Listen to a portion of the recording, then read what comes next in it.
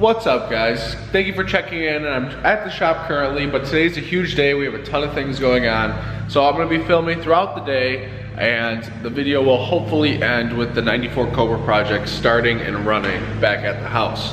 I'm currently at the shop to pick up some tools that are here, and just wanna kind of show you guys quickly a good reason why you should subscribe down below, like right now, because we got a lot of things coming up in the next few weeks as far as videos are concerned. Now, you've already seen the F-150 problem video.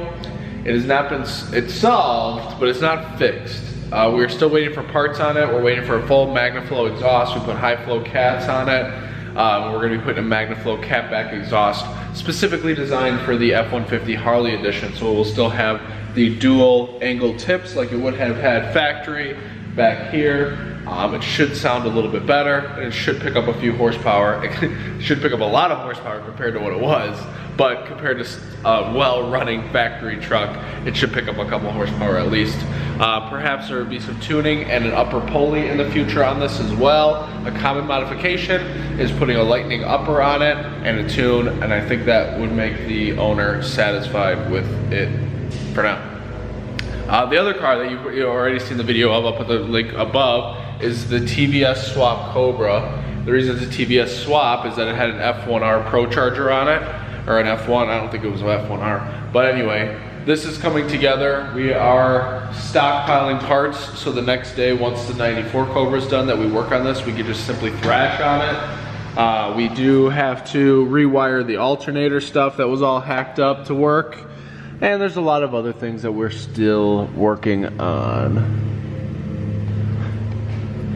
But the blower's on it. We finally got final word. The owner was debating on putting a ported blower on it and selling the TVS, as he might be interested in selling the car. So if you're interested in something like this, let us know, because the owner might be interested in selling this car when it's done. It is very nice. It is a VMP 2.3 Gen 2. And it's a nice car. So if he's interested in selling this, we will post some more information about that in the future. But as of right now, we're stockpiling parts. We are finishing it as if it was our own with all correct pieces. We got the Ford vacuum lines. We have the Metco lower.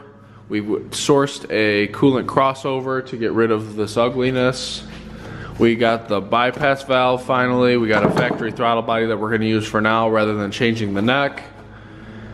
Then miscellaneous other electronics that we're missing. So that's where the TVS Cobra project stands, is with a bunch of parts on the shelf and waiting to get the 94 done before we start cranking on this. This one's been kind of dragging us based on the owner's timeline and a little bit of indecisiveness.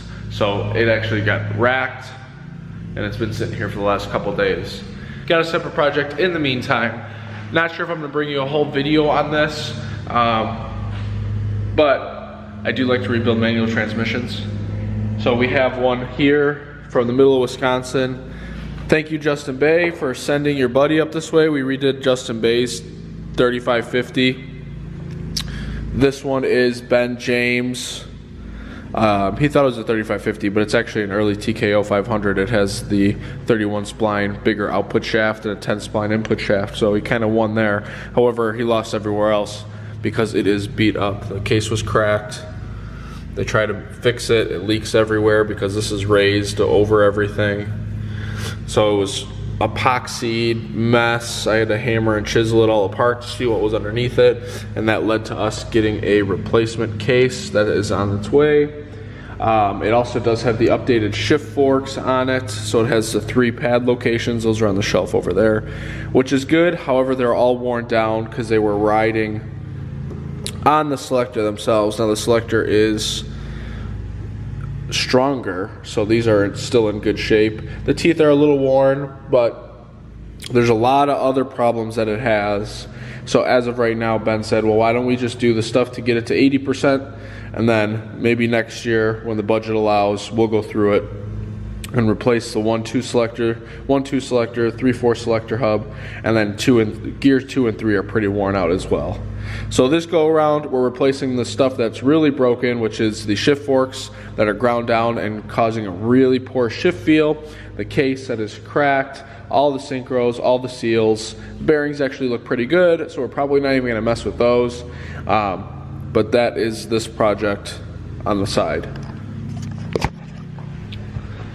So we do have a lot of stuff going on, so subscribe down below, check out what we're doing here at the shop. We got it up and running. As soon as the 94 fires up, we're gonna be bringing the 94 here. We're gonna have Curtis Madej come out and tack up the exhaust. We're gonna order a bunch of exhaust components, have him tack it, bring it home and TIG it all so it looks really nice. So that car is gonna come here as soon as one of these are gone. More than likely the Harley truck will be first one out of here. And then once that car is able to move on its own, the toolbox will come here as well. So there's still a lot of things going on because we haven't even moved the tools here yet. We're working on 2 areas, but that's all gonna change very soon. So thank you guys so much for watching, and enjoy the rest of this video where we will be showing you getting the 94 project up and running. It's on open headers. It's got a 600 plus lift camshaft in it. It's got the Procharger. It's high compression. It's gonna be sick. It's gonna sound wicked today. I'm very excited to get it started, and I'll show you guys the wire tuck that I have completed on it. Next I'm gonna go to Napa. I gotta pick up some vacuum lines. I gotta pick up some split loom wiring sheathing, although I hate it. I don't have time to order the nicer stuff online, so I'm going to have to redo that in the future, but it's only really the headlight harness up until the driver's side, so it won't be that big of a deal if I ever want to switch it in the future. And it's all going to be hidden anyway, and it's not going to be near any heat sources, so I'm not as worried about running the split loom in this case. But enjoy the rest of this video, guys. Thank you for subscribing down below, and we'll see you guys shortly. What's going on, guys? Bring you a little update on the 94 Cobra project. We have now put the cold side, I guess you could say, intake side of the supercharger setup on. It's just kind of mocked up for now. We might actually run it like this just for the get-go, just to start it maybe tomorrow, push it out, wash the car. So here's a little glimpse. Got changed over to the fire core spark plug wires, get rid of the Ford Racing ones. Blue stood out a little bit too much as well. It's mainly for the colors, why we There you go. So as you can see, here's the blower side. Got that little welded up. Still gotta possibly repaint that.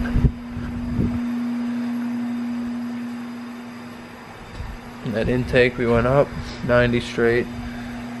This will be one piece. Obviously this first right here be welded together there. Coupler here still. Then we'll weld it together right here, then leave the coupler. But that's how she's gonna sit for now. And hopefully we'll push her out tomorrow, wash her, start it, maybe. That's what we're thinking. But yeah, finish a little bit of wiring tonight and be good to go. Alright, so before I get cranking away on the car, bring you guys a quick update on what we've been working on over the course of the week or two. I haven't bring you, there is a video that's going to be released right before you saw this one, which should have given you an update on where the engine is. We did get the intercooler piping done on this side. So on a SN95 it has a CCRM which controls the relays for the fan, air conditioning, fuel pump. With the Big Stuff 3, everything can be controlled through the Big Stuff 3. So we are now running standalone relays for the fans, which I'm going to tap the main power supply into a fuse source from the fuse box. So we still have that to do today. Finish wiring that up. As you see, there's kind of wires hanging everywhere, but a lot of it is hidden and tucked. This is the headlight harness that I have to get the loom for. The fuse box has been relocated down here. We can pop the top off still. It doesn't interfere with the blow-off valve, so we can still pop the top off and get to any fuses in here. All we did was modify the bracket to be able to be bolted to the inner fender well. We have to run a couple grounds to the headlight harness. We got to make some mounts for that today. Loom this, tie this all up. This is all going to fit up against here pretty nicely. So by the end of the day, that'll be done. Hopefully by the end of the day, the whole front is back on. We have a couple rusty bolts that are broken that would hold the fender on, so we got to work on that today. Otherwise, the engine bay is all wired up for the most part. Two things that will not be done today will be the switch for the two-step and the switch for the line lock. Both of those are going to come at a later time. We're going to put a switch panel in the ashtray door, where before I had it tied up to the rear defrost button and a button on the shifter. I did not like it, so we're getting rid of that. But the coil's in, spark plug wires are in, all the big stuff harness is done. It cranked last night. We did not try to start it. We're going to do vacuum lines. And then we have still some more to do in the trunk. We redid the cutoff switch. So before, when the car was running, and a lot of people have this problem, but when the car was running, it would not kill power if you killed the switch, because the alternator was backfeeding the rest of the charging system via the cutoff switch. So by mounting the fuse box the way we did, what we did is we ran a separate power for the fuse cable, and so everything on this side runs the car. This is the main power source for the fuse box under the hood, or in the fender I should say. This is the power for the fuel pumps, the big stuff 3, and everything else is ran off this loom here. And then this is simply the power to the starter, and this is the power to the battery. So when you cut it off now, the only thing that will stay live is the power wire that goes to the starter. That's not going to be eliminated. Everything else will die. So that will work now. I'm modifying the arm so it fits a little bit better, and we have to put a new dual relay similar to the fan relay up front. This is going to be a dual relay for the fuel pumps back here. Now the big stuff 3 does trigger relays by switching the ground, so these are grounded to the bracket and expecting a 12-volt trigger, so they have to be modified a little bit. We take these off, put this to a single one off of it, and run the big stuff ground, which is right here, to those 2 ground wires. And then we'll probably just put the 12-volt hot and the constant hot together like we're going to on the fan, and then this goes to the fuel pump. These 2 together go to the fuel pump, which is right here. So that's what we got to do back here. Battery tray's already bolted back down. Battery's on the charger, so it'll be ready to start in a couple hours. Otherwise, we put the interior back together for the most part. I went back to the stock shift knob, which is why I got rid of the button. I like the stock shift knob better. Otherwise, everything else works. Lights work. Dome light works. It won't work now because obviously the battery's not in it. But full interior, full leather, power seats still work. Street car, baby. This is the definition of a street car right here. Now, it would have been more of a street car in its previous life. It still had air conditioning and power steering. That's been sacrificed for now. Electric power steering will be in the future for this car. That will be a whole separate episode way later in the future, so subscribe down below if you want to see something like that happen. But that's where it sits now, and I hope the next time that I bring you this update, the wiring is all tucked up, and the last update for the day will be it running and firing today.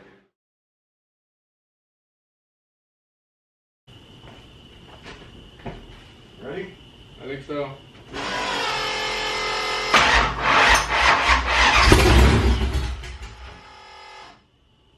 Too much timing. Try again. Where's the distributor at? Just try it again.